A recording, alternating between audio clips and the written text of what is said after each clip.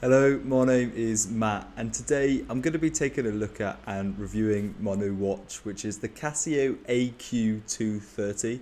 So recently I've seen this just advertised everywhere on my social media, and I thought, you know what, it's pretty cheap. I feel like I'm just going to give it a go. So I made the order and I definitely am very happy with it. So to get the pricing out of the way, this watch is super cheap.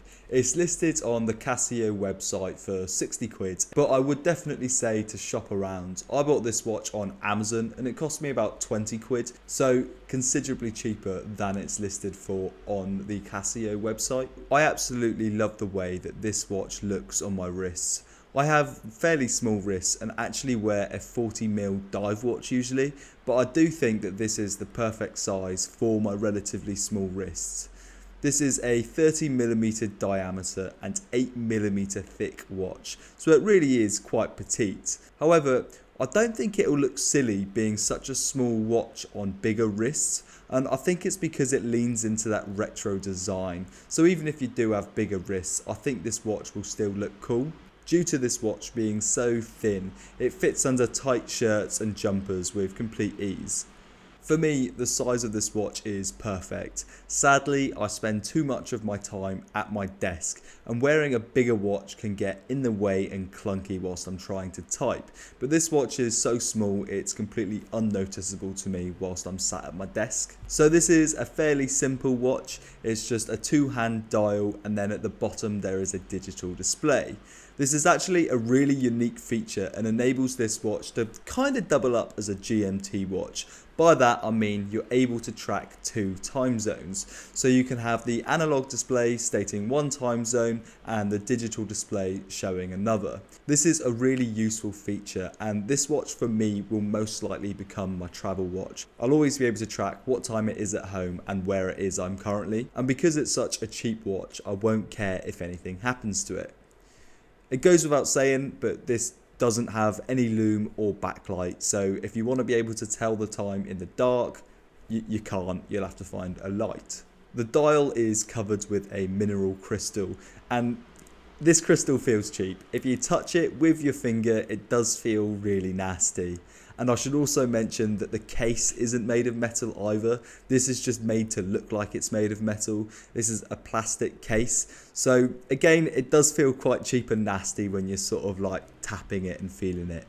Looking at the back of the case, this is a really simple back that just states some product information and which battery it takes. Casio states on the website that the battery is expected to last for 3 years, which is really good for a watch that costs 20 quid.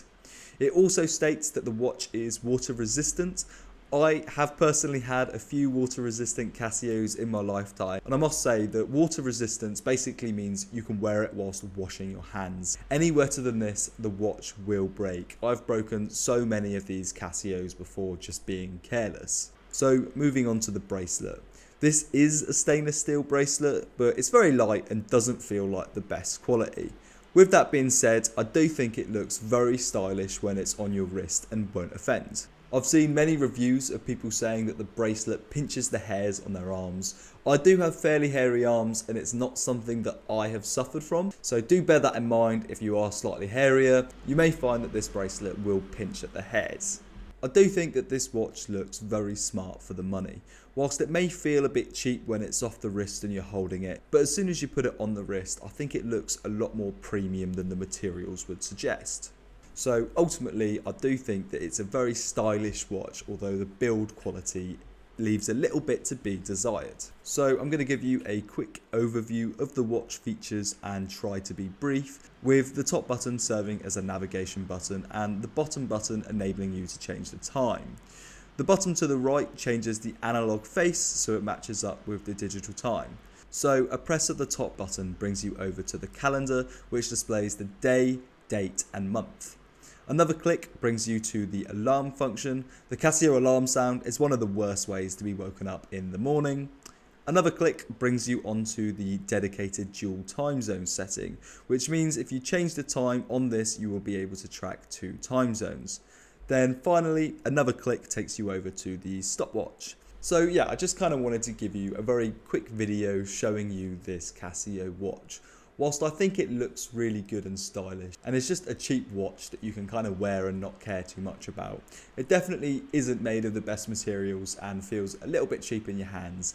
But whilst you're wearing it, it doesn't really look cheap at all. I think it looks like a considerably more expensive watch, especially like at like a bit of a distance. If someone's just glancing at it, they'll be like, that's a very nice and stylish watch.